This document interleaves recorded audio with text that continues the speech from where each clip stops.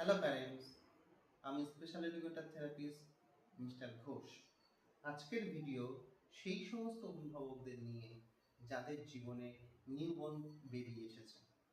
একজন দায়িত্বশীল অভিভাবক হিসেবে নিউবর্ন বেবি বেড়ে ওঠার সঙ্গে সঙ্গে আমাদের বেশ কিছু গুরুত্বপূর্ণ বিষয় লক্ষ্য রাখতে। বেবির 3 থেকে 4 মাস বয়স হয়ে গেল, কিন্তু ঘাড়টা যেন শক্ত হয়নি, নেক হোল্ডিং হয়নি। বেবির 6 মাস বয়স হয়ে গেল, কিন্তু ব্যাবলিংটা তো স্টার্ট হলো না। মা মা বা বা কই বলছে না তো। বেবির 7-8 মাস বয়স হয়ে যাচ্ছে, কিন্তু নিজে নিজে বসছে না তো। বেবি হামাগুড়ি দিচ্ছে না তো।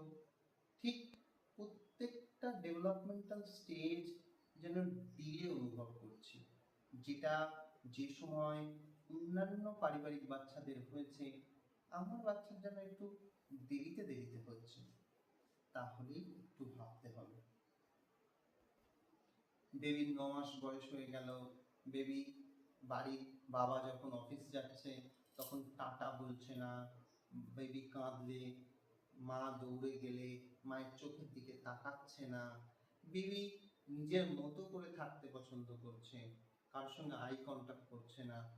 ভাবতে হবে, বিষয়টা নিয়ে বিশেষজ্ঞ ডাক্তারবাবুদের পরামর্শ নিতে হবে।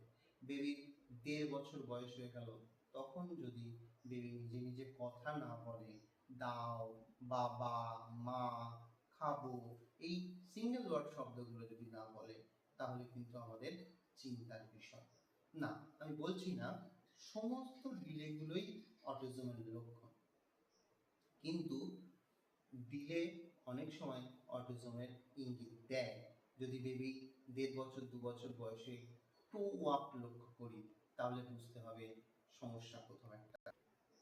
যখনই 1.5-2 বছর বয়স পার হয়ে যাচ্ছে, বেবির সাধারণ জীবনযাপনের ক্ষেত্রে, সাধারণ বাচ্চাদের ডেভেলপমেন্টাল স্টেজের ক্ষেত্রে আমার বেবি একটু পিছিয়ে পড়ছে, তখনই সময় এসছে আর দেরি না করে কোনো বিশেষজ্ঞ ডাক্তারবাবুর পরামর্শ নেওয়া, এবং সঙ্গে সঙ্গে আমরা কোনো বিশেষজ্ঞ ডাক্তারবাবুর পরামর্শ নেব।